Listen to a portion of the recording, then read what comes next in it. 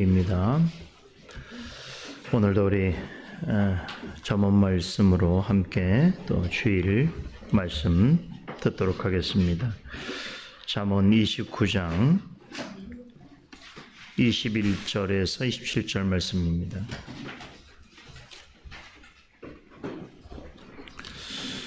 잠언 29장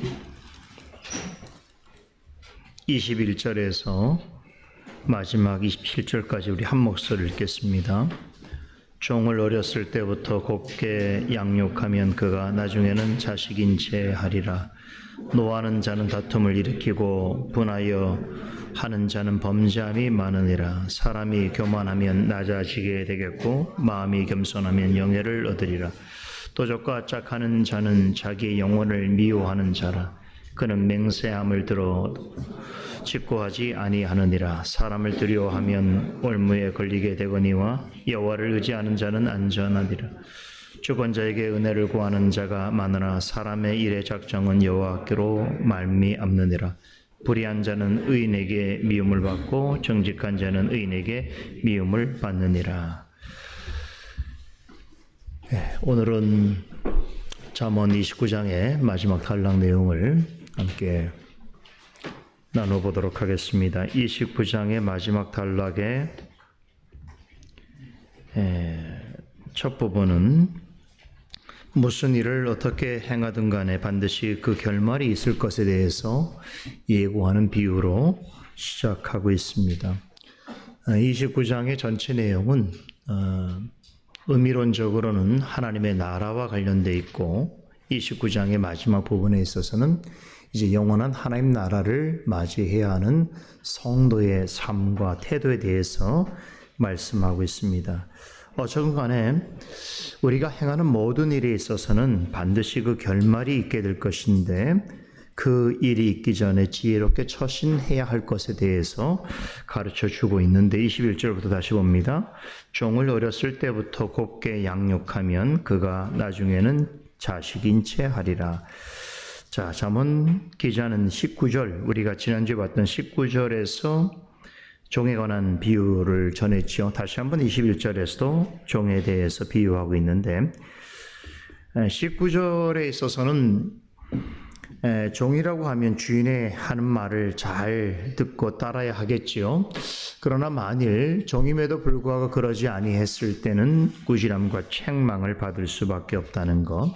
그리고 주인의 말을 끝까지 청종하지 아니할 때에는 버림을 당하거나 죽임을 당할 수도 있다는 사실을 주시하면서 영원한 심판이 있을 것을 예고하는 하나님의 말씀을 경시하지 말라라고 하는 교훈을 전했습니다. 21절도 이와 유사한 교훈을 전하고 있는데, 그런데 우리말 번역이 조금 아쉬움이 있어요. 우리말 번역을 보게 되면 마치 종처럼 대해야 한다. 종은 자식처럼 대하면 안 된다. 그런 의미로 이해될 수도 있습니다. 종을 어렸을 때부터 곱게 양육하면 나중에 그가 자식인 것처럼 그런 태도를 취한다. 이렇게 번역이 되어 있는데, 특별히 이제 곱게 양육하면 그가 나중에는 자식인 채 하리라고 하는 표현이 그처럼 생각할 수 있게 하지요. 자, 그런데 이제 이 내용만 보면 그렇습니다만 우리가 앞서 살펴봤던 전체 잠언의 교훈의 흐름에서 보자면 여기서 말하고 있는 이 종은 17절에서 언급한 자식과 같은 존재입니다. 이런 의미인 거죠. 자식이나 종이나 잘못한다면 책망과 꾸지람이 필요하다는 것입니다. 곱게 양육하면 그가 나중에는 자식인 채 하리라 라고 하는 이 말을 직역하면 사람은 제멋대로 하도록 내버려 두면 누구나 배은망덕하게 된다라고 하는 뜻입니다. 우리가 18절에 묵시가 없으면 백성이 방자히 행한다라고 하는 이 교훈하고 그 유사한 뜻을 전달하고 있는 것이죠. 이렇게 잠언은 한 구절만 떼고 보면 이제 그 구절이 우리의 가지고 있는 기본적인 인상과 개념 가운데 이해되어지지만 전체적인 맥락에서 보면 그 의미는 전체 교훈에서 어떤 의미를 주고자 하느냐라고 하는 그런 중요한 뜻을 전달하고 있습니다. 그래서 이렇게 잠언 같은 말씀, 시가서는 전체의 의미를 생각하면서 잘 듣고 이해해야 그 뜻을 파악할 수 있습니다. 누구든지 하나님의 말씀을 귀담아 듣지 않으면 제멋대로 행하게 된다는 것이지요. 그렇지 않습니까? 우리가 가장 정직할 때는 어떤 때냐면 하나님의 말씀 앞에 설 때죠. 하나님 말씀을 듣지 않고 말씀을 생각하지 않을 때는 믿는 사람도 마치 하나님이 안 계시는 것처럼 하나님이 지금 나의 행위를 지켜보지 않는 것처럼 그렇게 행동할 수 있다는 것이지요. 요즘 창세기를 우리가 창세기 말씀을 통해서 아브라함과 롯이라고 하는 두 사람을 만나보고 있는데 이 아브라함의 조카 롯이라고 하는 인물의 유형이 여기에 해당된다고 할 수 있겠습니다. 여러분은 아브라함과 이 롯이라고 하는 두 사람의 가장 큰 차이점이 뭐라고 생각하십니까? 여러 가지 있을 수 있겠습니다만 두 사람의 가장 큰 차이는 말씀을 듣고 따르는 데 있습니다. 아브라함은 어떤 일을 행해도 무슨 일이라도 말씀을 따라서 생각하고 움직이지요. 비록 그가 애굽으로 내려가는 실수를 범했지만 결국 말씀을 쫓아서 여호와를 위하여 처음 제사를 드렸던 베델 산지로 돌아오게 됩니다. 하지만 롯은 삼촌을 따라다녔을 뿐 말씀을 쫓지 않습니다. 그래서 자신에게 더 많은 부를 얻을 수 있는 기회가 주어지자 조금의 망설임도 없이 삼촌 곁을 떠납니다. 롯은 아브라함을 따라서 갈대아 우르를 떠나서 가나안 땅을 거쳐서 소돔 땅에 정착하는 동안 성경에 보면 단 한 번도 그가 말씀의 길을 기울였다든가 말씀을 통해서 하나님의 뜻을 물었다라고 하는 내용이 없습니다. 여러분들 잘 생각하셔야 돼요. 오랜 시간 교회를 다니고 신앙생활을 해도 누구를 따라다니기만 할 뿐이지 자기 스스로가 말씀에 대한 깨달음이나 말씀을 쫓으려고 하는 생각 없이도 수년, 수십 년 동안 신앙생활을 한다고 스스로 착각할 수 있다는 것이 롯과 같은 사람인 것이죠. 결국 이렇게 하나님의 말씀과 전혀 상관없는 삶을 살다가 결국 자신의 욕망에 준하는 선택을 해야 했을 때에 그는 삼촌과는 정반대의 선택을 하게 되고 결국 요단들을 바라보면서 소돔 땅으로 나아가게 됐지요. 그리고 거기서 거처를 마련합니다만 오늘 우리가 창세기 말씀을 통해서 다시 한번 확인하게 될 텐데 롯은 거기에서 모든 것을 다 잃어버립니다. 세상에 그런 일이 있을 거라고 생각했겠습니까? 그 바라던 소돔 땅에 정착해서 자신이 원하는 만큼 더 부한 삶을 살기를 바랬는데 하필이면 그 땅이 부요하다는 이유 때문에 전쟁이 일어나서 결국 포로가 되고 모든 것을 다 빼앗기고 비참한 그런 포로 신세가 될 거라고 생각은 누가 했겠습니까? 그죠? 나중에 다시 소돔 땅으로 돌아오는데 더 비참한 삶을 삽니다.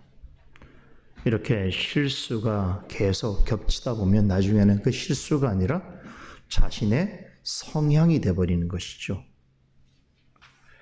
여러분, 아브라함도 실수가 없었던 건 아니죠. 그 역시 애굽 땅으로 내려가서 자신의 아내를 누이라고 속이면서 자신의 안위를 먼저 생각하기도 했습니다. 그러나 그럴지라도 그는 계속해서 주어지는 하나님의 말씀을 무시하지 않았습니다. 말씀을 경청했습니다. 본문 18절은 아브람과 같은 부류의 성도를 가리켜서 율법을 지키는 자는 복이 있다, 복이 있을 것이라 약속합니다. 오늘 전해드리는 말씀, 창세기 말씀에 아브람이 복을 받는 내용, 이제 다음 주까지 이어지는데 매우 중요한 말씀이 이어집니다. 말씀을 청종한 아브람에게 어떤 복이 내리는가? 지상에서 발견할 수 없는 최대의 복을 그가 받게 됩니다. 궁금하죠? 오늘 말씀 잘 들으시고 다음 주도 잘 들으셔야 돼요. 아브람이 받는 복이 무엇인가? 그 복이 우리가 소망해야 될 복인 것인데, 아브람과 롯의 이야기는 구원받은 성도라고 하더라도 하나님의 말씀을 청종하는가 하지 않는가에 따라서 그 삶의 질이 얼마나 다를 수 있는가를 여실히 보여주고 있습니다. 어려서부터 말씀으로 잘 양육받고 책망과 훈계의 말씀이라도 잘 받아들이는, 그러면서 자란 그런 자녀 있잖아요. 그런 자녀는 정신적으로나 영적으로 아주 건강한 성도로 성장할 수 있습니다. 하지만 자라는 동안 제멋대로 하는 일을 그냥 내버려 두고 배은망덕하게 그렇게 생활하는 자녀는 인격적으로나 신앙적으로 나중에 좋은 성도가 될 가능성이 매우 적습니다. 그런 자녀는 되어서는 안 되기 때문에 우리 믿음의 부모는 사랑하는 자녀를 말씀으로 바르게 교훈하고 훈육하고, 또 때로 잘못할 때는 책망을 해서라도 교정하고 부모의 말씀에 잘 경청하는 자녀로 양육해야 하는 것이겠죠. 22절은 제멋대로 자라서 배은망덕해진 사람이 가지는 한 가지 성품에 대해서 전하는데, 노하는 자는 다툼을 일으키고 분하여 하는 자는 범죄함이 많으니라 라고 합니다. 어릴 때부터 자기 멋대로 자라는 사람, 그런 사람들은 어떤 특성이 있냐면 무슨 일에든지 제 마음에 안 들면 성질부터 내지요. 그리고 그걸로 다투는 습성을 갖습니다. 어른이 돼서부터 성질 내는 사람은 없어요. 어릴 때부터 그런 성향이 더 증폭되는 것뿐입니다. 신앙생활 하는 중에도 늘 마음에 화가 차 있는 사람들이 있습니다. 이런 사람들의 특징은 목회자와 싸우려고 하고 주변 성도들과 늘 다투려고 합니다. 뭐 별일 아닌데, 그죠? 아무 일도 아니고 조금 대화를 하면 또 기도하면 해결할 수 있는 일인데 못 참는 거죠. 막 경로를 해요. 그리고 싸우려고 덤벼듭니다. 여러분 혹시라도 주변에 이런 사람이 있으면 참 주의하고 너그러운 마음 가지셔야 돼요. 쉽지 않습니다. 그런데 더 중요한 것은 뭐냐면 이런 사람은 10중 8구 마귀의 시험을 받아서 죄를 범하게 될 가능성이 매우 높습니다. 우리도 살다 보면 화를 내는 순간이 있게 되지요. 화를 참지 못해서 밖으로 표출해야 하는 그런 경우도 왕왕 있습니다. 그런데 그런 때에 우리가 꼭 마음에 기억해야 될 말씀이 있습니다. 저는 이 말씀을 마음에 늘 두고 있습니다. 에베소서 4장 26절 27절 말씀에 이르기를 분을 내어도 죄를 짓지 말며 해가 지도록 분을 품지 말고 마귀에게 틈을 주지 말라라는 말씀입니다. 하나님의 뜻과 상관없이 화를 내고 분을 품으면 마귀가 이미 와장창 깨져버린, 그리고 무너져버린 그 마음을 비집고 들어옵니다. 그리고 시험합니다. 그러면 거의 죄를 범하게 되어 있습니다. 가인을 한번 생각해 보세요. 동생 아벨이 뭐 그렇게 큰 잘못을 했습니까? 그런데 하나님께서 그의 제물을 받으셨고 자기의 제물을 받지 않으셨다는 이유 때문에 동생을 시기하고 그것이 나중에 분노로 변질되지요. 나중에 어떻게 됐습니까? 그 분노를 참지 못해서 동생을 죽이는 데까지 나아가게 됩니다. 가인이 아벨을 미워하고 급기야 죽음에 이르게 한 사건의 배후에 어떤 일이 있었습니까?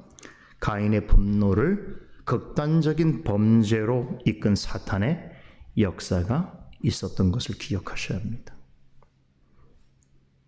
갈라디아서 5장에는 하나님 나라를 유업으로 받을 수 없는 죄의 목록들이 세세히 기록되어 있습니다. 여기에 보면 분노와 다툼도 그 안에 포함됩니다. 성령께서는 분노하는 사람, 분노로 다툼을 일으키는 사람은 반드시 심판을 받게 될 것이며 돌이키지 아니한다면 하나님 나라를 유업으로 받을 수 없다라고 엄중히 경고하고 있습니다. 오늘날 우리 한국의 기독교가 왜 이렇게 분노를 하고 싸움을 하는 일에 나서고 있는지 참 저로서는 대단히 안타깝습니다.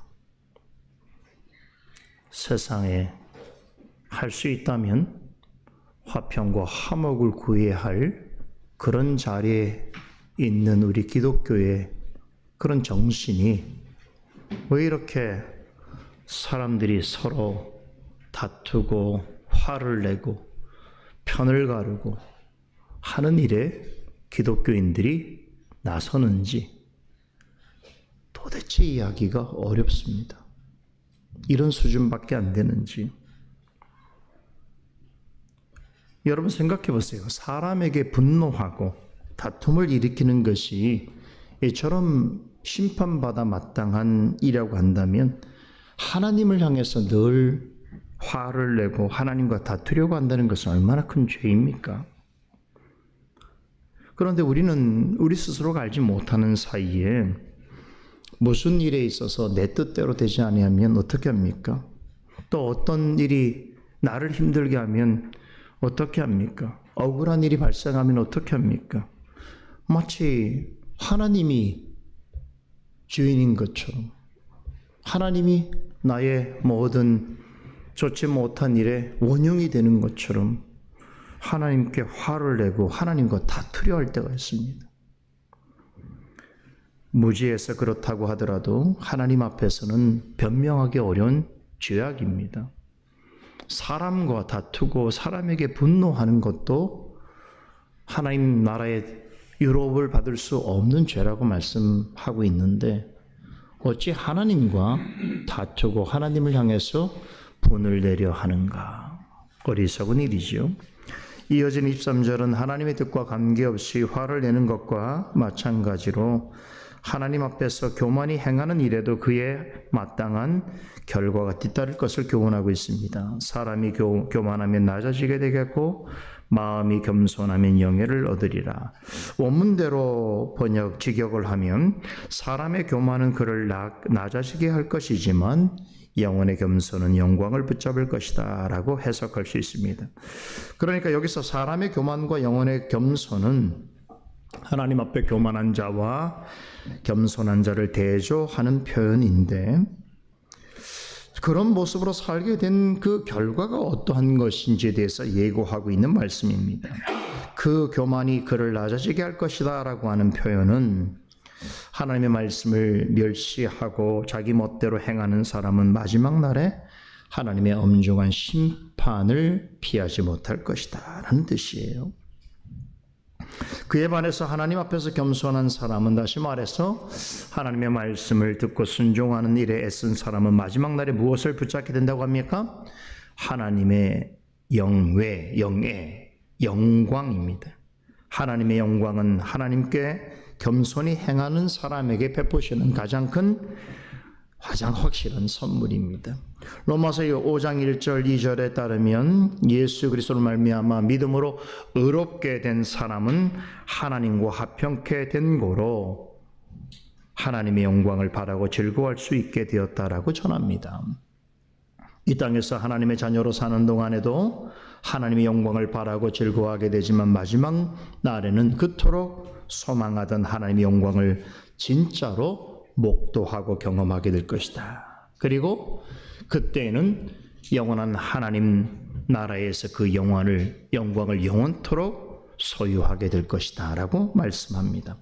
하지만 교만한 사람은 살아있든지 혹은 죽어서도 하나님의 영광을 맛보고 누리는 일에 아무런 관심을 가지지 않습니다. 24절 보세요. 이렇게 교만한 사람의 특징을 설명합니다. 도적과 짝하는 자는 자기 영혼을 미워하는 자라 그는 맹세함을 들어도 직구하지 아니하느니라. 여기서 교만한 자를 누구에 비유합니까? 도둑과 짝하는 자. 여기서 짝한다라고 하는 말은 원문 표현으로는 함께 걷는다, 함께 행한다입니다.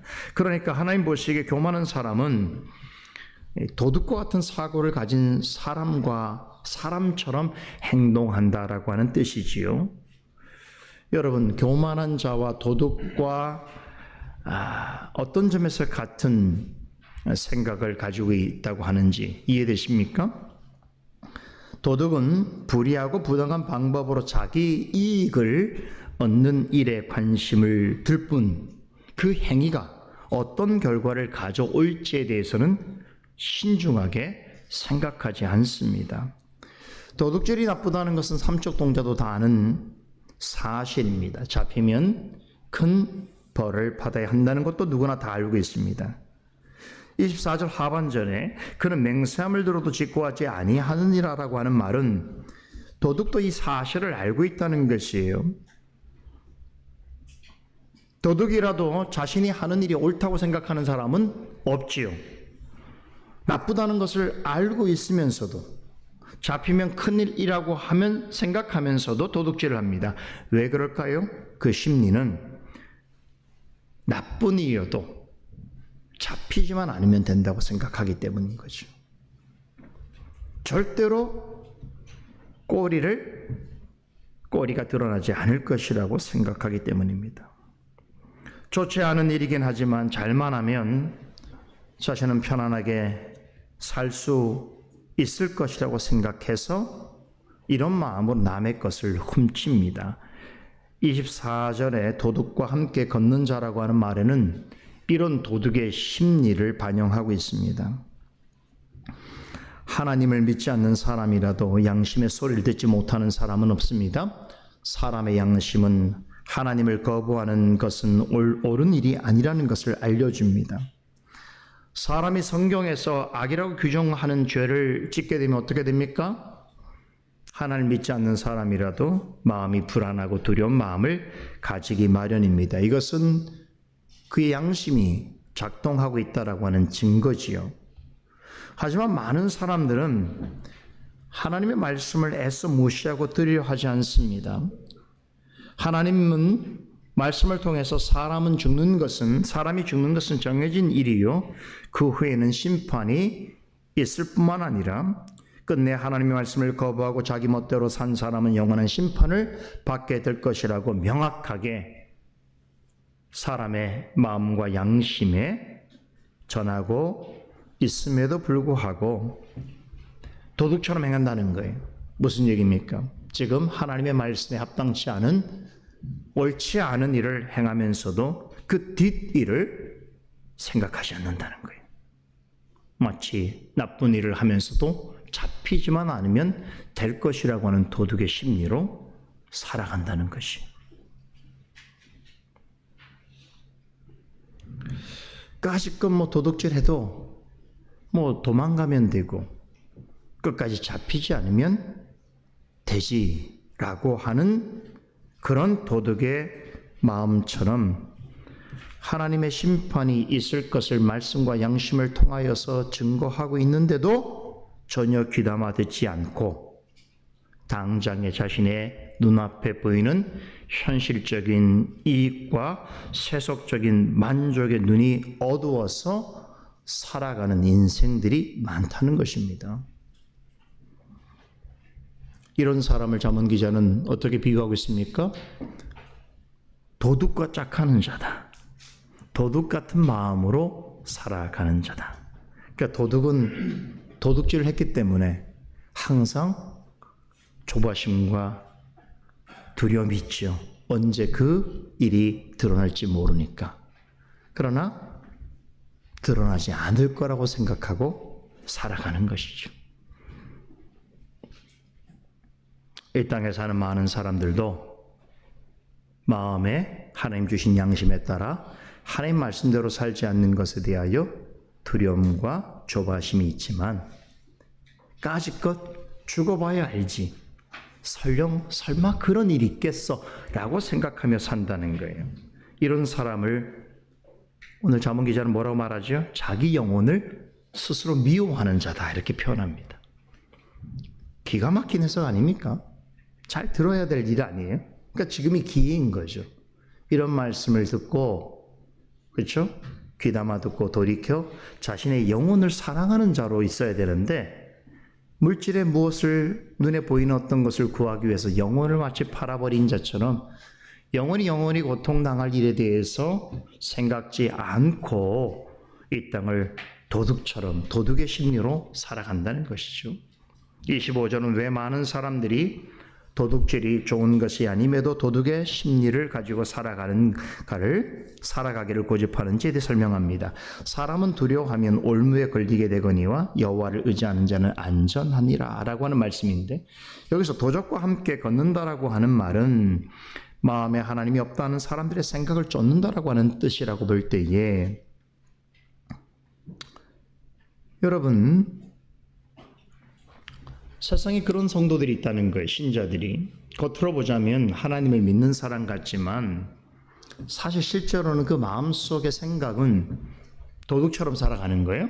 여기 도둑 같다는 건 뭐냐면 믿지 않는 자의 사고와 세계관에 짝해서 살아간다는 것이죠.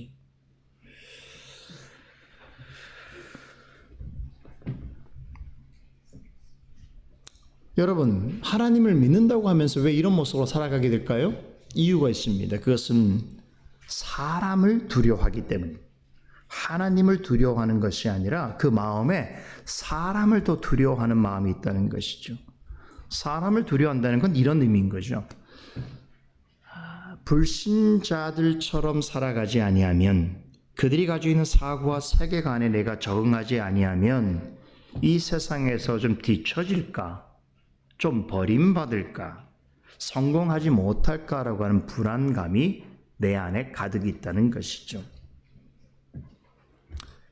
그렇다 보니까 교회 와서는 믿는 자처럼 행동하지만 교회를 벗어나게 되면 철저하게 하나님을 마음에 두지 않는 사람들의 생각과 행동 양식에 자기를 맞추어서 살아간다는 것이죠. 신앙 양심은 그것이 옳지 않다는 것을 늘 지적하지만 그렇게 살지 않으면 세상에서 설 자리를 잃어버리고 또 세상에서 얻을 만족과 성공이 없다고 생각하기 때문에 그런 늘 마음에 있는 불안감과 두려움 때문에 마치 도적처럼, 그죠? 도적과 함께 행하는 자들처럼 믿지 않는 사람들의 세계관과 가치관과 사고에 자신을 던져버린 채 살아가게 된다는 것입니다. 왜 그러냐? 그 마음속에 사람을 두려워하는 마음이 있기 때문에 그래요. 하나님을 두려워하기보다 사람을 늘 두려워하는 마음이 더 크기 때문이죠. 여러분 그런 경우 많지 않습니까? 우리가 어떤 중요한 신앙과 관련된 어떤 판단과 결정을 하게 될 때에 내 주변에 있는 하나님을 알지 못하는 사람들과, 그죠? 그런 형편을 생각해 보면서 어떻습니까? 불안감과 두려움을 느끼게 될 때에 오히려 하나님 앞에 정당하게 해야 하는 일임에도 불구하고 하지 않을 때가 있지 않습니까? 그렇죠? 여러분 이게 롯 같은 사람의 스타일이에요. 세상에서는 되게 지혜롭게 사는 것 같아요. 뭘 선택하냐고 했을 때 눈에 보이는 좋은 걸 선택하는 것은 성공을 위하여 반드시 할 만한 일이지 않습니까? 만약에 어떤 사람이 롯 같은 선택을 때문에 다 같이 지금 같으면 박수 쳐주겠지요. 그러나 하나님 보시기에는 롯이 아브라함을 떠나서 소돔 땅을 선택하는 것은 대단히 어리석고 위험천만한 일이었습니다. 그죠? 하나님과 교회를 떠나는 것이 얼마나 위험천만한 일인데, 그죠? 롯처럼 그렇게 판단하고 지혜로운 줄 알고 가는 사람이 있단 말이에요. 왜 그렇습니까? 사람에 대한 두려움이 있기 때문에. 나도 저 사람처럼 성공해야 되는데, 난 뒤처지면 안 되는데 라고 하는 불안함이 하나님을 경외하는 마음보다 더 앞서기 때문이라는 것이. 반면에 사람들의 생각을 따르지 않고 하나님 곁에 끝까지 남기로 한 아브람은 어떻게 됩니까? 사실은 아브람도 고통이 있죠. 롯을 떠나보내야 되는 슬픔도 그에게 있었고, 또 스스로 자신이 좋은 땅을 가질 수 있는 그 선택권을 포기해야 되는 어려운 상황도 있었음에도 불구하고 그는 하나님을 위하여 제단을 쌓고 더 하나님을 의지합니다. 그때 어떤 일이 벌었다고 그랬죠? 하나님이 말씀으로 그에게 찾아오셔서 그가 잃어버렸다고 생각하는 모든 것을 그 이상으로 채워주십니다. 그죠? 하나님이 축복하신단 말이에요. 은혜를 주신단 말이에요. 25절 하반절에 여호와를 의지하는 자는 안전하니라 라고 하는 이 말씀 기억하시기 바랍니다. 여러분, 아브람처럼 어떤 상황에도 끝까지 자기 것을 내려놓고 포기하는 상황이 있을지라도 하나님 곁에 남고자 하는 자에게 어떤 일이 벌어집니까? 하나님께서 안전으로 지키시겠다는 거예요. 보호하시겠다는 거예요. 책임져 주시겠다는 거예요. 이게 신앙 체험인 것이에요. 이런 체험이 쌓이고 쌓이게 돼야 담대하게 설 수 있어요. 세상 사람들이 뭐라고 하더라도, 불신자들이 어떤 나에게 영향을 끼친다고 해도 하나님을 더 경외하는 자가 되게 되는 것이죠. 신앙생활은 누구를 두려워하고 누구를 의지하는가 하는 영적 싸움의 연속입니다. 사람을 두려워하고 세상을 의지하는 사람은 롯처럼 자기 딴에는 지혜롭다고 생각하더라도 하나님 앞에서는 가장 어리석고 교만한 인생인 것이죠. 그런 사람은 반드시 올무에 빠지게 되어 있습니다. 하나님의 말씀에 따라서 하나님을 더욱 의지하는 사람은 사람과 세상에 대한 두려움을 이길 수 있습니다. 참 이게 귀한 일이에요. 세상을 어떻게 이기겠습니까? 하나님을 두려워하면 세상을 이깁니다. 그리고 하나님으로부터 은혜와 복을 받아 누리게 됩니다. 이어진 26절은 하나님은 이것을 약속하신 뿐만 아니라 실제로 이런 일을 행하시는 절대 주권자라는 사실을 전달합니다. 26절, 주권자에게 은혜를 구하는 자가 많으나 사람의 일의 작정은 여호와께로 말미암느니라. 여기서 앞서 있는 주권자는 무엇이겠습니까? 세상의 어떤 힘이죠. 마치 아브라함이 기근이 났을 때 애굽으로 가서 누구에게 도움을 구하려고 했어요? 바로 왕에게 구하려고 했죠. 그런 주권자에게 자신을 의탁하고 도움을 청할 때가 있다는 것이지요. 그런데 그것이 잘못되었다는 말이 아니라 하나님을 포기하고 말씀을 등지면서 그렇게 하면 안 된다는 것이. 우리도 어떤 어려운 일이 생기면 하나님보다 나에게 먼저 도움 줄 것이 무엇인지를 찾을 때가 많습니다. 그죠? 이게 주권자에게 은혜를 구하려 한다는 뜻입니다. 하지만 먼저 우리가 의지해야 될 대상은 하나님이십니다. 왜 그렇습니까? 하나님만이 우리의 사정을 정확하게 아시죠. 얼마나 정확하게 아시냐면 우리의 말로 표현하지 않는 것조차 하나님은 아십니다. 우리의 모든 필요한 것들을 판단하시고 공급해 주시는 유일한 주권자이십니다. 잠언 29장의 마지막 구절은 하나님은 이 같은 절대 주권을 가지고 교만한 자와 겸손한 자를 최종적으로 심판하시는 분이시라는 말씀을 전하면서 마무리됩니다. 우리 다 같이 한번 읽어보겠습니다. 불의한 자는 의인에게 미움을 받고 정직한 자는 악인에게 미움을 받느니라. 여기서 불의한 자는 누구를 가리키는 것이겠습니까? 앞에 언급했던 도적 같은 생각을 가지고 살아가는 사람, 즉 세상의 가치관에 발맞추어서 자신의 생각대로 살아가는 사람입니다. 이들은 하나님 앞에서 온갖 죄를 행하면서도 그것을 불의라고 생각하지 않습니다. 오히려 지혜라고 생각합니다. 자신이 행한 대로 장차 영원한 심판과 형벌이 있을 것에 대하여서 전하는 말씀을 듣기 싫어하고 거부합니다. 그렇기 때문에 하나님을 신실하게 믿는 자들과 교회를 미워하고 핍박합니다. 반면에 정직한 자는 이런 자들에게서는 미움을 받을 수 있으나 하나님의 말씀을 따라서 하나님 앞에서 정직하게 행하려고 애쓰는 성도를 가리킵니다. 이런 사람들은 세상을 살아가는 동안에 많은 어려움과 난관을 만날 수 있을지라도 하나님께서 반드시 끝까지 동행하시고 책임져 주십니다. 마지막 날에 하나님 앞에서 늘 어리석고 교만한 모습으로 불의한 자로 살아간 사람은 영원한 멸망에 처해질 것이나 사는 동안에 하나님의 말씀을 믿고 순종함으로 심판을 대비하여 살아가는 사람은 반드시 하나님의 영원한 나라의 인도함을 받게 될 것입니다. 이런 사람이야말로 하나님 보시기에 어떤 사람이에요? 지혜로운 자요, 정직한 자입니다. 기도하십시다. 거룩하신 하나님, 복되고 존귀한 주님의 날에 우리를 불러주셔서 저번 말씀을 통해서 하늘의 지혜를 듣고 간구하게 하심을 감사합니다. 오늘도 우리의 마음을 모아서 하나님 앞에 나아가게 되오니 이 복된 날 주님께서 우리를 위하여 예비하신 은혜와 복을 허락하여 주시고 하나님께는 오직 영광 돌리는 날이 되게 하여 주시옵소서. 예수 그리스도 이름으로 기도드리옵나이다. 아멘.